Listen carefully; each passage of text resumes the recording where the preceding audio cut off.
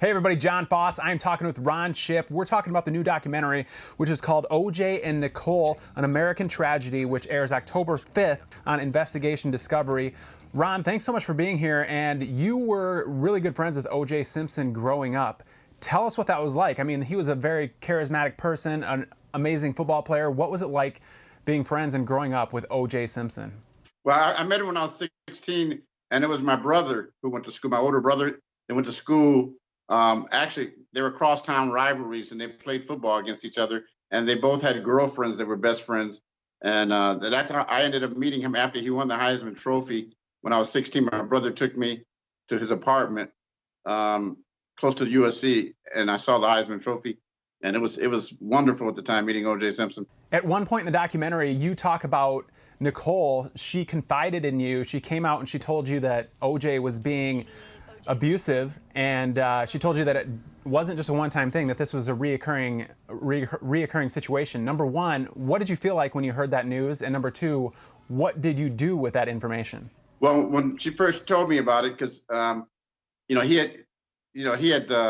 police had been called to the house the night before, and I went to work in the morning because I was working in West LA, and I was actually told by the officer Edwards who was there. And she came by the station and asked me to come by the house after work, and I did.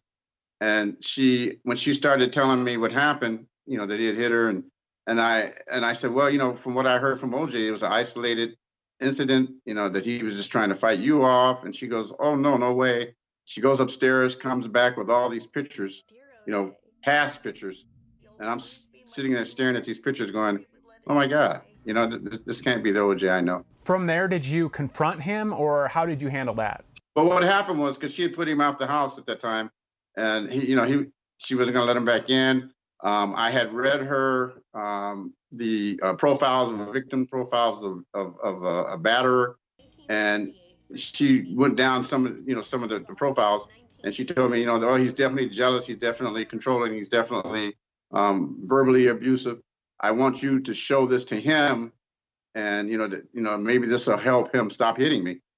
So I did. I met with him. Actually, I met with him for the next 2 days at Rockingham. She would leave, but he'd come by, and we had a good talk. And I mean, he actually seemed very warm, and he was listening to what I had to say. And I showed him the profiles, and he was just like, Ron, I got to save my marriage, And he says, I'm even willing to go back to church, where my mom raised me. He told me all these things.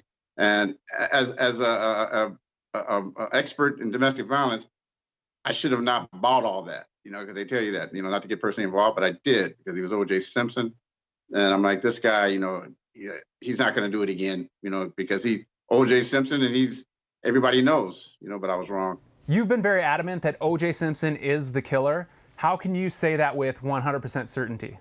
Well, when I talked to him in the room that night, I never forget, that I talked to a homicide detective at West LA one time, and he was telling me about guys when they repeatedly stab somebody, somehow they cut themselves because of all the blood going everywhere, and the knife slides around in their hand. So when I first saw OJ the day afterwards, his finger was bandaged up. This is one of the things. And I said, how did you do that, OJ? And he said, well, I broke it under glass in Chicago. And I was like, And then I heard him say like some other people came by, and he gave two other examples of what happened, but it was chipping golf balls and getting the cell phone out of the car. And that was just one thing. And then when I went to the bedroom and talked to him, he was asking questions. He asked me, one of the first questions he asked me was, how long does it take DNA results to come back? And I'm thinking, I told him 30 days. And I'm thinking, why would you want to know that? All these things are just storing up in my brain. Did OJ Simpson ever confess to you? No, he never confessed. The closest he came to confessing, I guess, is when he said to me, because he said he didn't want to take a lie detector test. And I said, why won't you take the lie detector test? And he says, well, to be truthful, Ship, I've had dreams of killing her, right? And they kept that out of the courtroom. They wouldn't let me testify to that. And when he said he had dreams, here again, as a cop, you always think some of them, when they know they're going to lie, they'll give you an example well, I really can't do that because, I had dreams of killing her. To kind of like just in case they do fail, which he did, and I just kind of felt, he was guilty. Do you have any relationship with OJ Simpson today? I've seen him, but I haven't talked to him since I was sitting on the stand. So you've seen him in person, but there were no words exchanged? No, the last time I actually saw him in person was at the civil trial, and I was doing an interview there, but I didn't speak to him. Kind of like I was walking by, and this is when he was walking. This is when he was found guilty, of killing her in the civil trial. As a former friend of OJ Simpson, what kind of advice would you give him if you did talk to him today? Would you tell him to confess to the killings? I think he should. Nothing's going to happen to him. It put a lot of people at ease.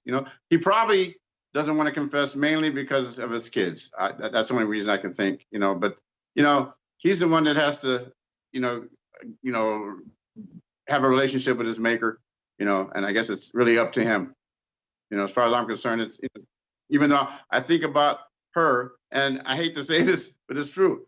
I even miss OJ at times, because I had nothing but a wonderful relationship with both of them. All right. Well, Ron Shipp, thanks so much for being with us. In Twin Cities, make sure you check out the new documentary. It's called OJ and Nicole, An American Tragedy, on Investigation Discovery. Thanks, Ron. Thank you.